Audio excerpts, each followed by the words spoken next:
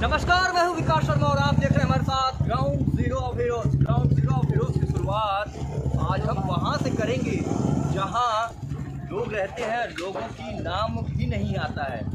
ऐसे में बताऊं कि जिस तरह से देखा जाए तो यही वो क्षेत्र है, यही वो जगह है। इस वक्त मैं सूरत के कैलाश चौकड़ी के नियर अबाउट में इस वक्त मौजूद हूं और ये बता रहा हूं कि जिस तरह से ये भैया भाइयों का इलाका है, उत्तर भारतीयों का इलाका है, जहां 90% वोटर के हिस्सेदार होते हैं। आपको एक छोटी सी और जानकारी देते हैं कि जैसे 90% हिस्सेदार होते हैं, लेकिन इन लोगों को कोई भी व्यवस्थाएं नहीं मिलती है, सरकार नहीं व्यवस्थाएं कर पाती है। ये बड़ा सवाल रहता है। ऐसे में सवालों के बीच का बहुत बड़ा ये पंगा है। बस ऐसे में देखिए, लोग हमारे साथ हैं, लोगों के बीच हम चलेंगे। सबसे पहले हम शुरुआत वहाँ से करेंगे जो लोग चाहते क्या है, क्या कर। पहले ईवीएम का बटन को दबाएंगे। क्यों दबाएंगे ईवीएम का बटन?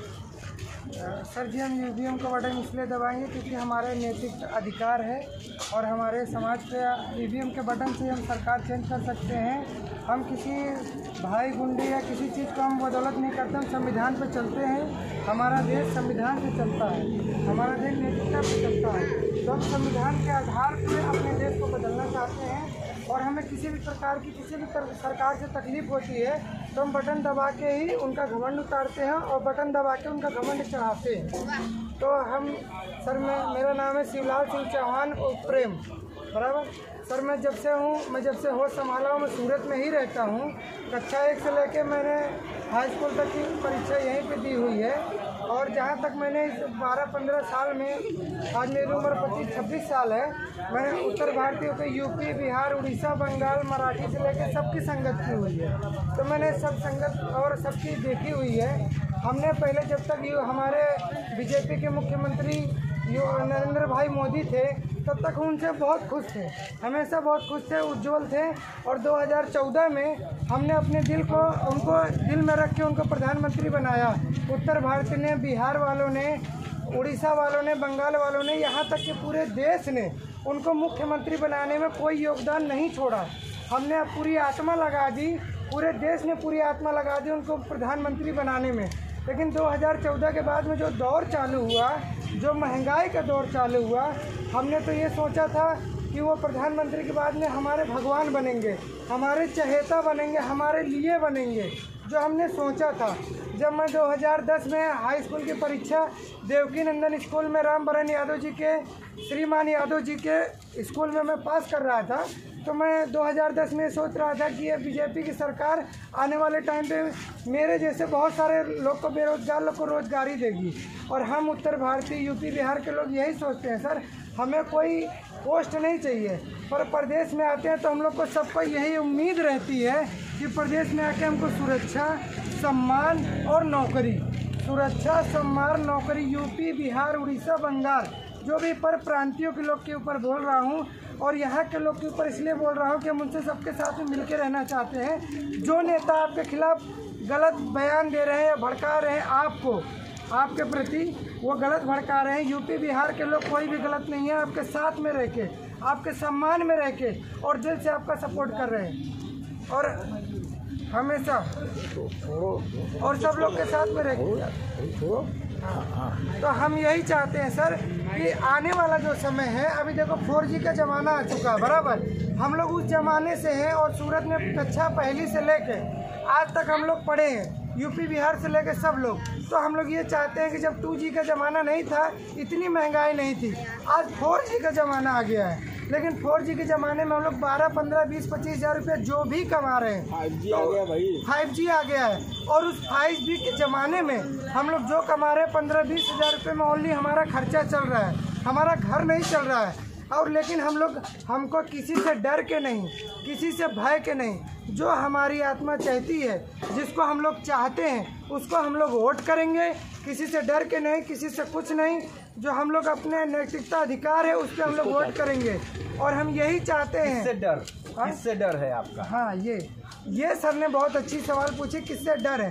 डर ऐसा होता है ना सर कि महंगाई लाने के लिए बहुत सारे डर पैदा हो जाते हैं। नोटबंदी तो फलाना तो ढिकाना तो दुनियादारी, हेडलाइन हिंदू मुसलमान, हिंदू ये फलाने नेता आपको ये कह रहे हैं, वो नेता आप कह रहे हैं। मैं यूपी बिहार वालों को साफ कह देना चाहता हूँ, कोई नेता कुछ कहता है हमको कोई फ़र्क नहीं पड़ता है। हम दुकान चलाते हैं, हम जो पैसा कमाते हैं, 12 घंटा नौकरी करते हैं, जो पैसा कमाते हैं, दिन भर लारी चलाते हैं, जो पैसा कमाते हैं, रिक्शा चलाते हैं, जो पैसा कमाते हैं, रोड पे चलते हैं, फावड़ा चलाते हैं, जो पैसा कमाते हैं, उस पैसे से हमारा घर चलता है। वो हमारी राजनीति को तय करता है। न कोई हिंदू करता है, न कोई मुसलमान करता है, न मोदी करता है, न कांग्रेस करता है, न दुनिया की कोई पार्टी करता है।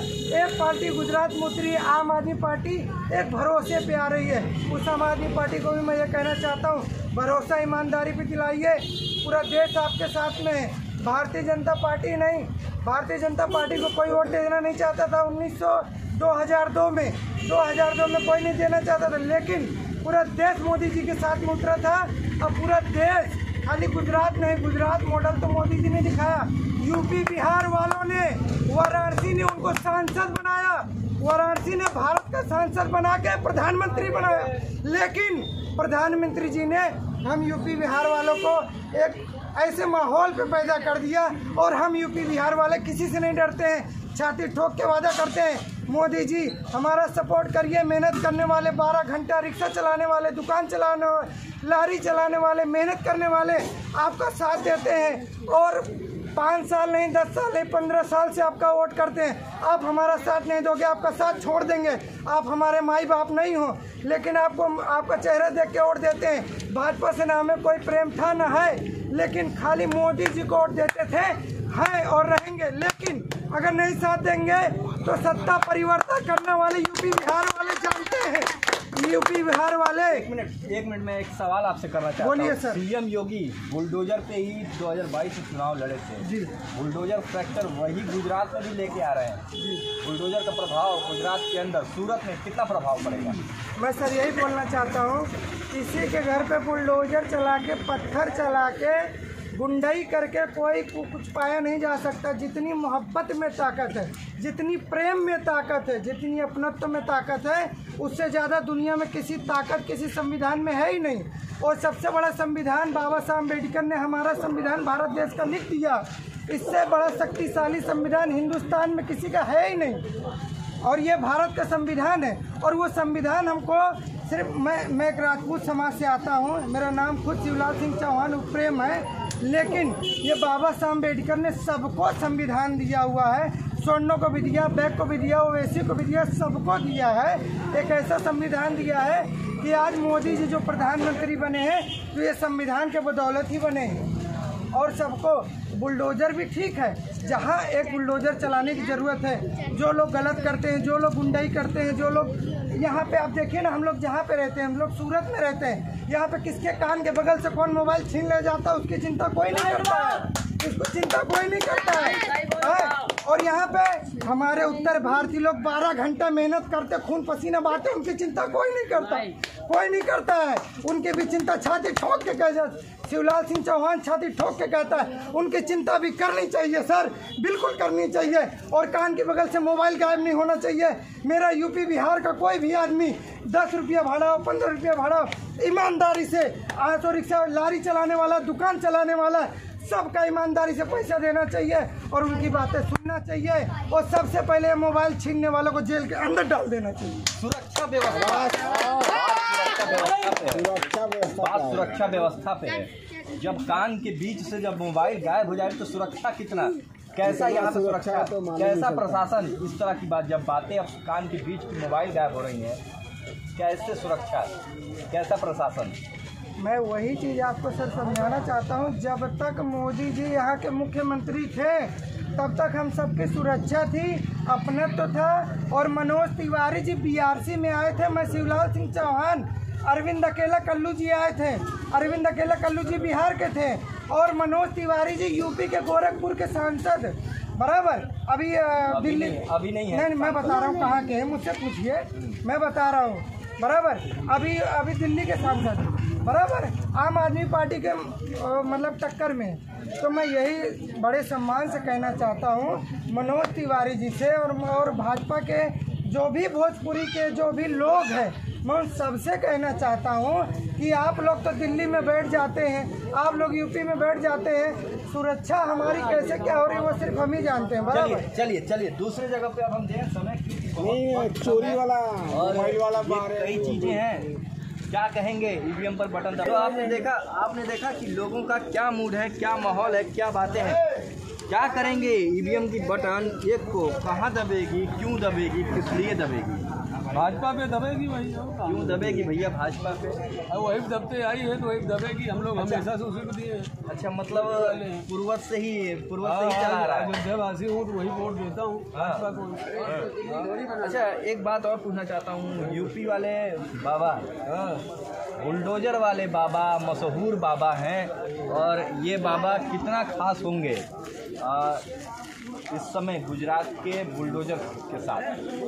बहुत ही खास है।